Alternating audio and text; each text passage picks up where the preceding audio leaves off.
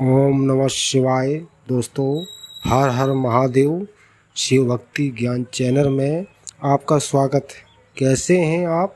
आपके स्वस्थ जीवन की मंगल कामना करते हुए आज बात करते हैं प्रदीप मिश्रा जी के मुखारविंद से सरल व अचूक उपाय। किसी की रखी हुई पूजा की थाली भी रखी है ना, और तुम्हारी थाली में अगर कोई सामान नहीं है, तुम्हारी थाली में अगर कोई चीज नहीं है तो कोई बात नहीं, बाजू वाली की थाली में से सामग्री उठाकर लेकर हमें भगवान शंकर को नहीं चढ़ाना। समझना जरा इस बात को। हमको वो सामग्री बाजू वाली की थाली में से लेकर नहीं चढ़ाना, हमें बाजू वाले की थाली में से लेकर उसको समर्पित नहीं करना।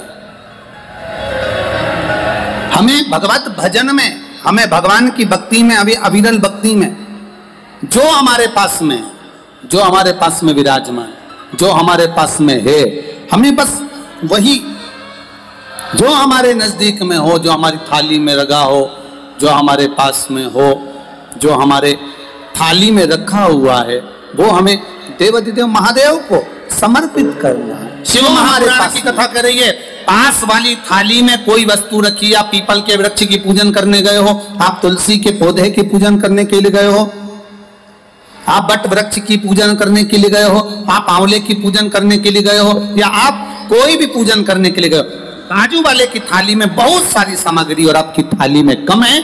शिव महापुराण की कथा कहती है, आपकी थाली में जो रखा हुआ है, आपके पास में जो रखा हुआ है, आप उसको दिल से बाबा को समर्पित करो। आप उसको दिल से भगवान को समर्पित करो। आप उसको दिल से परमात्मा को दीजिए, दिल से भगवान को दीजिए। ये नहीं कि हमने पड़ोसी की थाली में से उठाकर फिर उसको चढ़ाना चालू कर दिया। ना ना ना ना।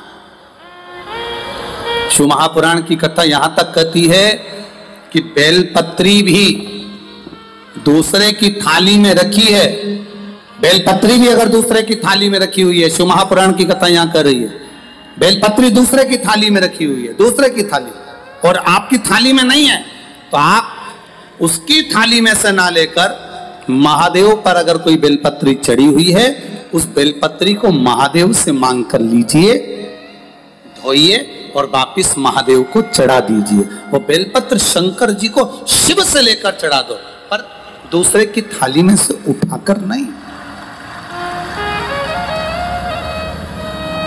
दूसरे की थाली में से उठाकर नहीं। अब शिव जी से ले लीजिए, देवाधिदेव महादेव से ले लीजिए और महादेव से लेकर महादेव को चढ़ा दीजिए। अब देवाधिदेव महादेव से अब एक बात और अच्छे से उतार लीजिए अपने जीवन में। बहुत भेटमा की कथा को आप लोगों को अपने जीवन में बहुत चीजें उतारना है, जिससे हमारे को, कई लोग कहते हैं हम शिव जी के मंदिर जाते हैं, हम शिवालय जाते हैं, हम शंकर जी की चौखट पर जाते हैं, हम जल चढ़ाने जाते हैं, हम, कई लोग कहते हैं कि हम भी भगवान के मंदिर गए, हो सकता है इनका कार्य हुआ, हमारा नहीं हुआ। उसका कारण क्या है? आपने भी पशुपति व्रत करे, पड़ोसन ने भी पशुपति व्रत करे, उसका कार्य हुआ और आपका नहीं हुआ, उसका कारण क्या है? मतलब कहीं ना कहीं हमारा विश्वास शिव जी के प्रति जागृत नहीं हो पाया, अटल नहीं हो पाया, दृढ़ नहीं हो पाया। और वो विश्वास अगर दृढ़ नहीं हो पाया तो भगवान मिले कैसे? शिव महापुराण की कथा कर रही है, मंदिर जा रहे हो, देवालय जा रहे हो, तीर्थ जा रहे हो, तुम्हारी जेब में अगर अठन्नी भी नहीं है, 1 रुपया भी नहीं है, पड़ोसन से मांग कर 1 रुपया मत चढ़ा। शिव महापुराण की कथा बड़ी विचित्र कथा है। मंदिर में दर्शन करने गए हो, तुम्हारी जेब में 10 रुपए नहीं है, 5 रुपए नहीं है, किसी से मांग कर 10 रुपए या 5 रुपए मंदिर में मत चढ़ा। हम तो आपसे यहां भी कहेंगे, शिव महापुराण की कथा में भी आओ, तुम्हारे पास चढ़ाने के लिए नहीं है, तुम अपनी पड़ोसन से मांग कर बिल्कुल मत चढ़ाओ, बिल्कुल मत चढ़ाओ। क्यों? भगवान के सामने खड़े होकर, मेरे महादेव के सामने खड़े होकर, शिव के मंदिर में खड़े होकर भी हम अगर अपने पड़ोसी से, अपने पड़ोसन से कुछ मांग कर अगर भगवान को चढ़ाएंगे तो भगवान को कितना बुरा लगेगा कि जगत का पिता यहां बैठा है और तू संसार वालों से मांग कर चढ़ा रहा। जगत का पिता यहां बैठा और तू संसार वालों से मांग रहा। अगर तुझे मांगना ही है तो शिव महापुराण की कथा कहती है, देव अधिदेव महादेव के मंदिर में किसी से मांग कर नहीं चढ़ाना। देव अधिदेव महादेव के मंदिर में अगर आप पूजन करने के लिए गए हो,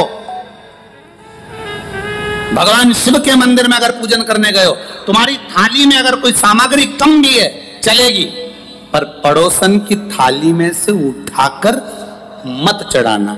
शंकर जी कहते हैं फूल नहीं है मुझसे ले लो, बेलपत्र नहीं है मुझसे ले लो, धतूरा नहीं है मुझसे ले लो। शंकर जी कहते हैं मेरे ऊपर चढ़ी हुई सामग्री तुम वापिस धोकर मुझे चढ़ा दो, पर किसी से मांग कर मत चढ़ाना, क्योंकि मैं दूंगा तो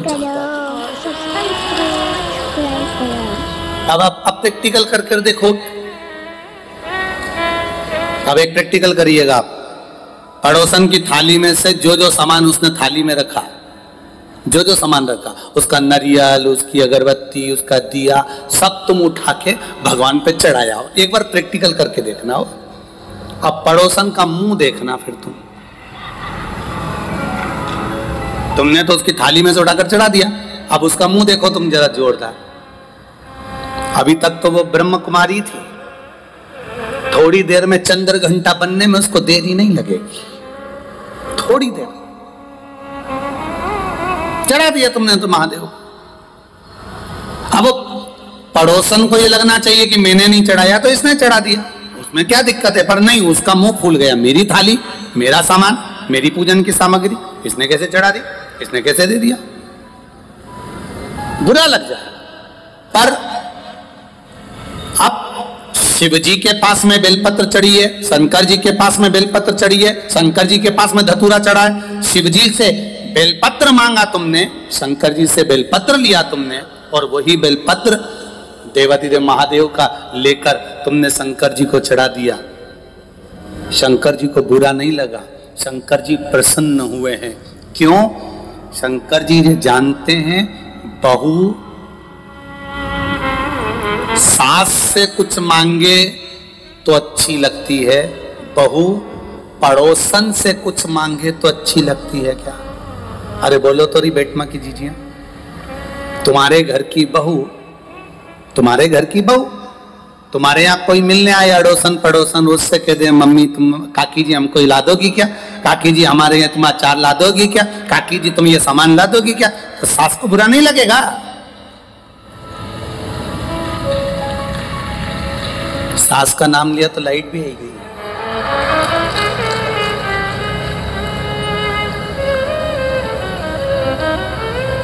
जरा विचार करिए आप, थोड़ा स्मरण करिएगा।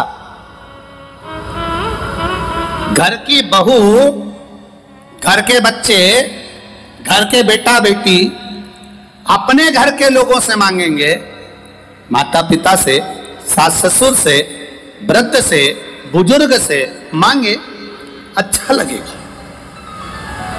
पर वही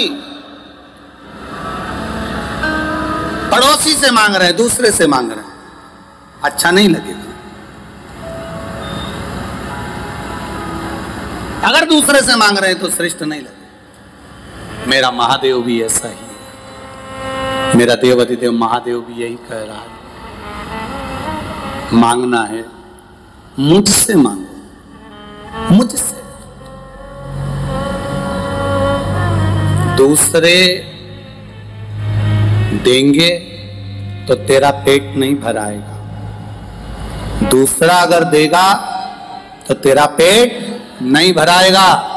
देवाधिदेव महादेव कहते हैं अगर गोरापति शिव शंकर औघड़ी अगर देगा तो आधा चावल के दाने से जब वो संसार का पेट भर सकता है, त्रिशूल को मात्र हिलाने से पूरे ब्रह्मांड को हिला सकता है।